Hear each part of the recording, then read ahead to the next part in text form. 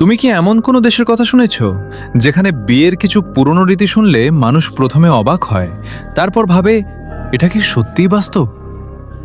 পৃথিবীতে এমন অনেক সংস্কৃতি আছে যেখানে বিয়ে শুধু দুইজন মানুষের সম্পর্ক না, বরং পরিবার, বিশ্বাস আর ঐতিহ্যের অংশ। আর সেই কারণেই কিছু কিছু জায়গায় অদ্ভুত সব রীতিও দেখা যায়। আজ আমরা কথা বলবো আফ্রিকার কিছু পুরনো আদিবাসী সংস্কৃতি নিয়ে, যেখানে মাতৃত্ব আর পরিবারের প্রতীক হিসেবে দুধকে বিশেষ গুরুত্ব দেওয়া হতো। ইন্টারনেটে অনেক সময় এমন গল্প ছড়ায়, বিয়ের আগে স্ত্রী স্বামীকে নিজের দুধ খাওয়ায়। শুনতে অদ্ভুত লাগলেও বাস্তব বিষয়টা একটু ভিন্ন। কিছু প্রাচীন গোত্রে মাতৃত্ব, সন্তান আর পরিবারের বন্ধনকে খুব পবিত্র হিসেবে দেখা হতো, আর দুধকে ধরা হতো জীবন আর ভালোবাসার প্রতীক হিসেবে।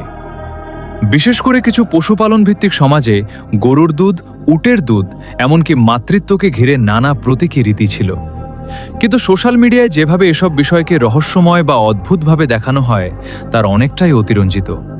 কারণ বাস্তবে পৃথিবীর কোনো বড় দেশে এটা সাধারণ বিয়ের নিয়ম না। তবে একটা বিষয় সত্য, পৃথিবীর বিভিন্ন সংস্কৃতিতে বিয়ে নিয়ে এমন অনেক রীতি আছে যা শুনলে অবাক হতে হয়। কোথাও বিয়ের আগে বরকে সাহসের পরীক্ষা দিতে হয়, কোথাও আবার কয়েকদিন ধরে উৎসব চলে, আবার কিছু জায়গায় পরিবারের অনুমতি ছাড়া বিয়ে কল্পনাই করা যায় না।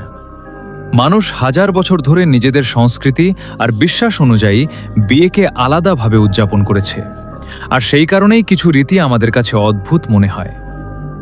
ইন্টারনেটের যুগে অনেক মানুষ এই গল্পগুলোকে বাড়িয়ে বলে যাতে মানুষ অবাক হয় আর ভিডিও দেখতে থাকে, কিন্তু বাস্তব আর গুজবের মধ্যে পার্থক্য বোঝাও খুব গুরুত্বপূর্ণ।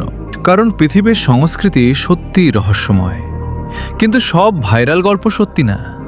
তবুও একটা বিষয় সুন্দর, পৃথিবীর যে কোনো সংস্কৃতিতে বিয়েকে মানুষ শুধু সম্পর্ক হিসেবে না, একটা আবেগ হিসেবেও দেখে।